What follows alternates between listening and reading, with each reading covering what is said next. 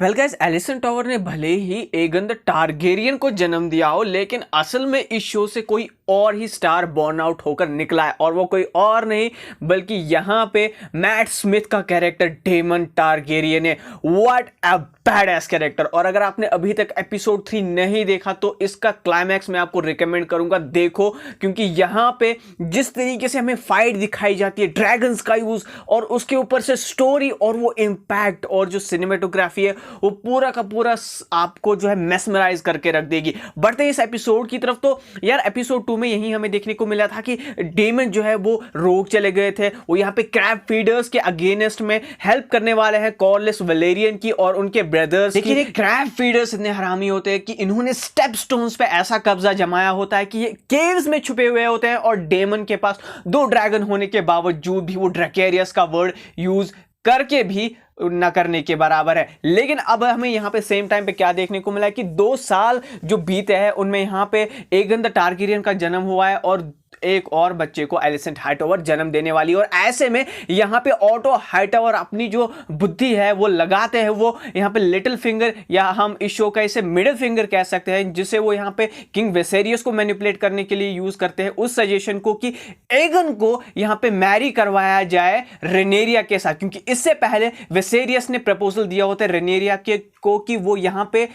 Lannisters से Mary करे, Lord टाइलैंड या फिर लॉर्ड जेसन लैनिस्टर से वो यहाँ पे मैरी करे, जिसके अगेंस्ट में यहाँ पे रेनेरिया जो है वो छोड़ के चली जाती है और जंगलों में यानी कि किंग्सवुड में भाग जाती है। और किंग्सवुड में क्या होता है कि किंग्सवुड में एक बहुत ही खूंखार जानवर का वो शिकार करती है, और जब वो वापस आती है तब जो लुक उनके फेस पे होता है, सेम लुक आप यहाँ पे रिकॉग्नाइज कर सकते हो, वो सेम एनर्जी जो कि हमें यहाँ पे डेनेरियस टारगेरियन से पहले सीजन में देखने को मिलती है, सीजन 8 में देखने को मिलती है, सेम बैडएस एनर्जी हमें देखने को मिलती है। प्लस यहां पे क्या हमें देखने को मिलता है कि फाइनली उनके फादर भी ये रिकॉग्नाइज करते हैं कि वो अपनी बेटी से कुछ ज्यादा ही दूर चले गए हैं और कहीं ना कहीं उनको अपने रिलेशनशिप को सुधारने की जरूरत है। लेकिन जहां ऑटो हाइटओवर फेल हुए, वहीं उन्होंने अपनी बेटी यहां पे एलिसेंट को हायर किया विसेरियस को मैनिपुलेट करने के लिए कि वो किसी तरीके से एगन को ही as an first born heir recognize करवाए विसेरियस के सामने। और वो यहाँ पे वेसेरियस को ये सजेशन देती है कि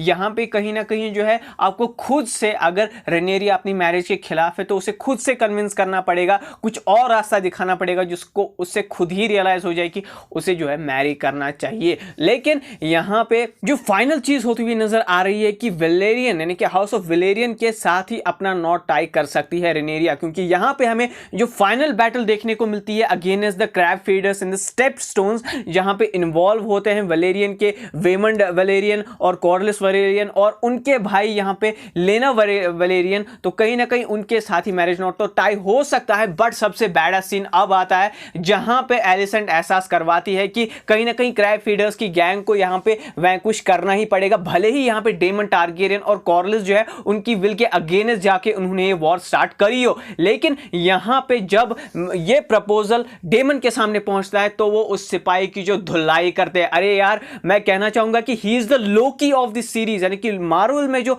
लोकी ने रोल प्ले किया था थॉर के अगेंस्ट में, जो एंटी विलन का रोल प्ले किया था उससे 10 गुना ज्यादा बेहतर विदाउट द डाउट। यहां पे acting, action sequences, emotional sequences में नेल आउट कर दिया है मैट स्मिथ के इस कैरेक्टर ने। प्लस यहां पे जब ये बैटल का ऑफर, ये मदद का ऑफर होता है, तब जो पहले सुझाया गया होता है एक प्लान कॉर्लिस वैलेरियन या फिर वेमंड वैलेरियन की तरफ से कि यहां पे डेमन को एज अ बेट यूज किया जाए, उस आइलैंड पे उनको भेजा जाए ताकि सारे के सारे क्रैब फीडर्स जो है ओपन ग्राउंड में आए और वो ड्रैगन्स का यूज करके और फुट सोल्जर्स का यूज करके उनको मार पाए। और बिल्कुल सेल्फ सेम चीज होती है यहां पे, अपने ब्रदर की हेल्प एक तरीके से रिजेक्ट करते हुए उस सिपाही को पीट के वो उस आइलैंड पे अकेले चले जाते हैं विदाउट एनी हेल्प, और यहां पे अपनी सरेंडर का नाटक करते हुए जैसे बिल्कुल लोकी का स्टाइल होता है, बिल्कुल वो छोटी नाइफ का यूज करना एकदम आपको लोकी की याद दिलाएगा। या फिर जो है बैटल ऑफ बैस्टर्ड में जिस तरीके से जॉन स्नो अकेले पूरी पलटन के सामने खड़े हुए होते हैं, या फिर हाउस ऑफ बोल्टन्स के सामने खड़े होते हैं। बिल्कुल ये चीज आपको उसी की याद दिलाएगी। और क्या जबरदस्त एरोज उनको मार नहीं पाते हैं, एरोज उनको सिर्फ छूते हैं, बस टच करके निकलते हैं। और यहाँ पे अकेले वो कितने सारे सोल्जर्स को धोते हैं। और जो क्रैब फीडर्स का लीडर होता है, अरे यार जब यहाँ पे ये सक्सेसफुल होता है और यहाँ पे ड्रकारिस यानी कि ड्रैगन्स का यूज करते हैं वेलेरियंस मिलकर, एक तरफ से लेना वेलेरियन जिनका रिश्ता कहीं ना कहीं जुड़ने वाला है वो हमें इंट्रोड्यूस होते हुए दिखाई देते हैं, और ड्रकारिस का वर्ड वो यूज करते हैं ड्रैगन पे चढ़ के, और सारी आर्मी क्रैब फीडर्स की जो है वो नेस्तो नाबूद हो जाती है। लेकिन इस सब में मैं अगर कहूं ना, यहां पे डेमन ने पूरी तरीके से शो स्टील क्यों करा, क्योंकि जो एंडिंग सीन होता है जहां पे क्रैब फीडर के लीडर को मारा जाता है, तो वो उसका जो ऊपर वाला हिस्सा है, मतलब खाली यहां पे चेस्ट तक का हिस्सा है, उसका सर लेके जो वो बाहर आ जाते हैं, उस केव से अलग कर देते हैं, दो हिस्सों में बांट देते हैं, और जो खूनम खून वाली वाइब हमें आती है उस सीन से, भाई साहब दैट वाज ऑसम। और I can not wait for the coming episodes. और मुझे लगता है कि एमी अवार्ड्स में ये काफी सारे अवार्ड्स जीतने वाली है ये सीरीज, और विदाउट द डाउट और भी कई सारे पीपल्स चॉइस अवार्ड भी मुझे लगता है कि इस साल या फिर अगले साल इसी सीरीज के नाम होने वाला है। Matter of the fact remains कि क्या यहां पे फिर से रेनेरिया के सामने जो प्रपोजल अभी नहीं आया है, यानी कि एगन के साथ उनके ब्रदर के साथ उनकी मैरिज के, क्या वो प्रपोजल उनके सामने रखा जाएगा आने वाले एपिसोड में? ये बहुत ही जबरदस्त चीज होने वाली है। और जो एलिसेंट हाइटओवर है वो कहीं ना कहीं sweeter version of Cersei Lannister हमें परसिस्ट करती हुई आगे भी नजर आएंगी, बट द स्वीटर वर्जन जो है ना वो सबसे ज्यादा पॉइजनस भी होता है, ये बात हमें याद रखनी चाहिए। और लॉर्ड वैरिस की तरह, फिर लॉर्ड मॉर्मंट की तरह, जो कि हमें गेम ऑफ थ्रोन्स में नजर आए थे, एक लॉयल लॉर्ड हमें नजर आता है टुवर्ड्स द किंग विसेरियस, और वो यहाँ पे कहीं ना कहीं जो है आने वाले एपिसोड्स में एक गेम चेंजर भी साबित हो सकते हैं। और यहाँ पे अगर आपने ऑब्जर्व नहीं किया तो यहाँ पे कई सारी चीजें हमें ड्रैगन्स के रिलेटेड फोरशैडो की गई है। ओपनिंग सीन में जहां पे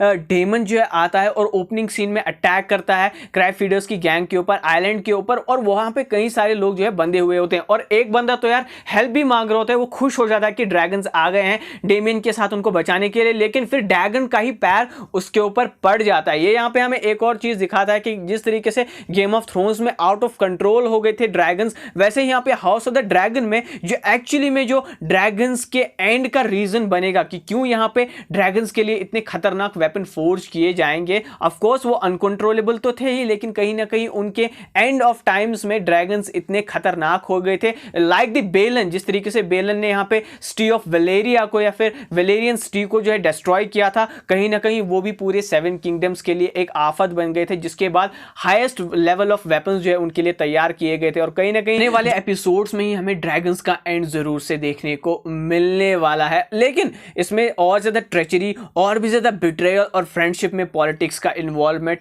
एक धमाकेदार लेवल पे ले जाने वाला है इस शो को। और लॉर्ड ऑफ द रिंग्स से तो यार ये सीजन, ये episode house of the dragon के बहुत ही बढ़िया है। और आप मुझे अपने थॉट्स कमेंट सेक्शन में आप बता सकते हो कि आपको एपिसोड कैसा लगा। अगर आपको ये वीडियो पसंद आया हो, थोड़ी बहुत एनर्जी मैंने भी डालने की कोशिश की है, तो इस वीडियो को लाइक करो, शेयर करो, और चैनल को अगर सब्सक्राइब नहीं किया तो सब्सक्राइब भी करो। मैं बहुत ही जल्द मिलता हूं आपसे नेक्स्ट वीडियो में। Till then take care and be marvellous.